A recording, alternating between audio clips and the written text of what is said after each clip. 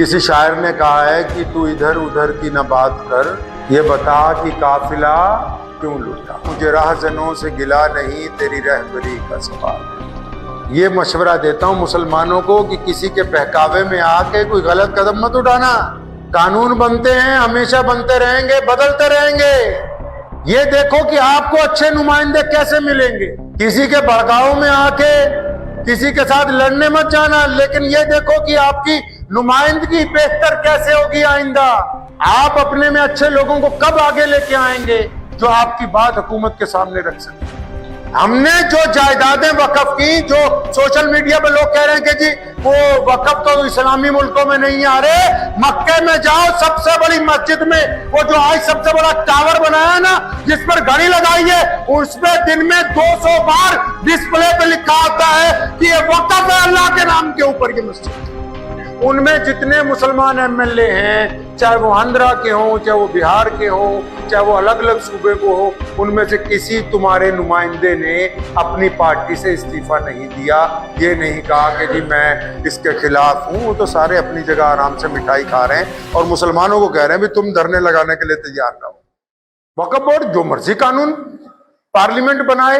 अरे जिन्होंने अपने लोगों को पार्लियामेंट में भेजना ही नहीं है और जिनको भेज रखा है, जिनको अपना लीडर बनाया, जिन मौलवियों को, जिन लीडरों को, उनमें से तो किसी ने इस्तीफा ही नहीं दिया। उनमें से तो कोई इस्तीफा दिया ही नहीं किसी ने। वो तो कह रहे जी धरना लगाओ। धरना लगाओ, धरने लगाने से क्या होगा। तुम ये क्यों नहीं कहते कि अपने लोगों को जिता के पार्लियामेंट में भेजो जो तुम्हारी बात करें हुकूमत के साथ बैठ के। उल्टा रास्ता बता रहे। फिर कहेंगे जी मौलवी साहब तो उनका तो काम है, मौलवियों के खिलाफ बोलना काम नहीं है। बददियानत लोगों के खिलाफ बोलना हमारी जिम्मेदारी है।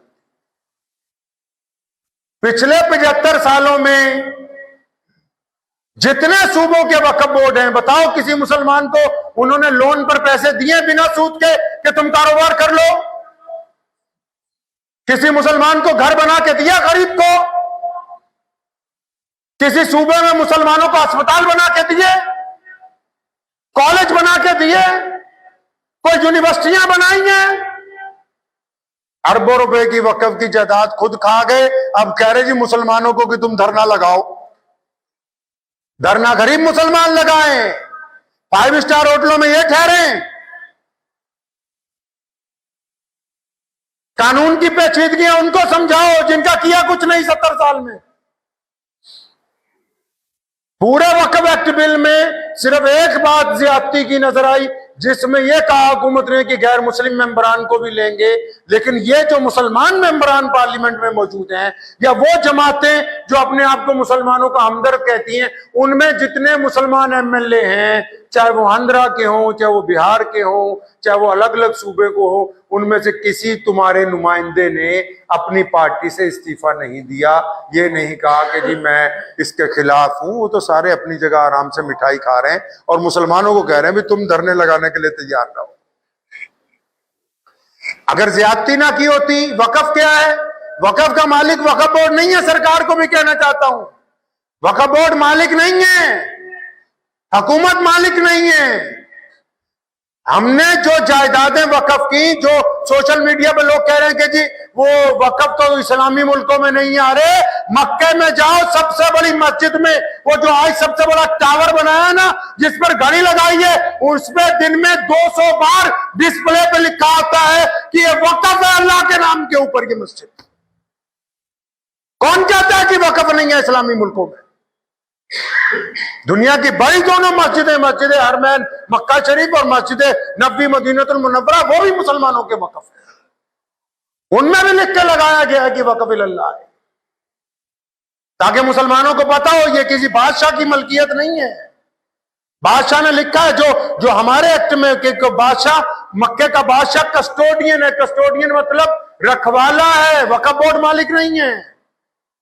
वक्फ बोर्ड को तो सिर्फ हमने रखवाला बनाया था किस काम के लिए कि अल्लाह के नाम पे जो जायदादें दे दी हैं इनसे जो किराया आएगा भाई इनसे मस्जिदों में इमामों को तनख्वाह देना, इससे गरीब मुसलमानों को, मुसलमान बेवाओं को पेंशन देना, इससे कोई दवाखाने खोलना जिससे मुसलमान गैर मुस्लिम भी फायदा उठा ले, इससे कोई स्कूल और कॉलेज बनाना जिससे आम लोगों के बच्चे पढ़ लिख जाएं, इससे कोई गरीब लोगों को पैसे दे देना जिससे वो अपने घर की छत डाल लें।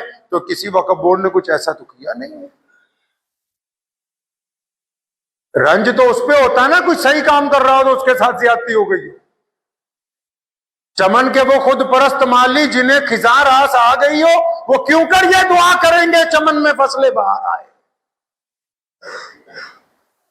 अल्लामा आमिर उस्मानी रहमतुल्लाह अलैह ने कहा ना कि चमन के वो खुद परस्त माली जिन्हें खिजा रास आ गई हो। कहता है वो बागीचा होता है ना एक, वो उजड़ जाता है तो उसमें एक माली रहता है, मालिक अलग होता है, माली रहता है उस बागीचे में। अब क्योंकि वो उजड़ गया इसलिए ठेके पे नहीं दिया जा सकता, लेकिन उस माली को इतने फल मिल जाते हैं कि वो अच्छी तरह खाता पीता सारा साल। चमन के वो खुद परस्त माली जिन्हें खिजा रास आ गई हो, वो क्यों कर ये दुआ करेंगे चमन में फसलें बाहर आए। वो कब चाहते हैं कि मुसलमान, ये मुसलमान नाम नेहाद लीडर और मौलवी, ये कब चाहते हैं कि मुसलमान तरक्की पसीर हो। इनको तो गरीब मुसलमान चाहिए, बगैर किसी वसाइल वाले मुसलमान चाहिए, जिनको ये कहें धरना लगाओ तो धरना लगाने के लिए चल पड़े, जिनको ये कहें कि 50 गज प्लाट देंगे तो लेने के लिए आ जाए। इनको तो गरीब मुसलमान चाहिए, इनको खुशहाल लोगों की तमन्ना नहीं है। इसी को कहा आमिर उस्मानी ने कि चमन के वो खुद परस्त माली जिन्हें खिजा रास आ गई हो, वो क्यों कर ये दुआ करेंगे चमन में फसलें बाहर आए। मताए गुलशन कुछ ऐसी बांटी मेरे वफादार दोस्तों ने, न उनके दामन में फूल पहुंचे न मेरे दामन में खार आए। मेरे वालिद साहब रहमतुल्लाह अलैह की कुछ बातें हमें याद आती हैं। तो वो एक दिन हमने उनसे अर्ज की कि हजरत वो फलां फलां 2-3 मुसलमान जो हैं वो भाजपा में चले गए, उसमें ओहदेदार बन गए। तो उन्होंने मुझे कहा कि बेटा ये तो अच्छी बात है।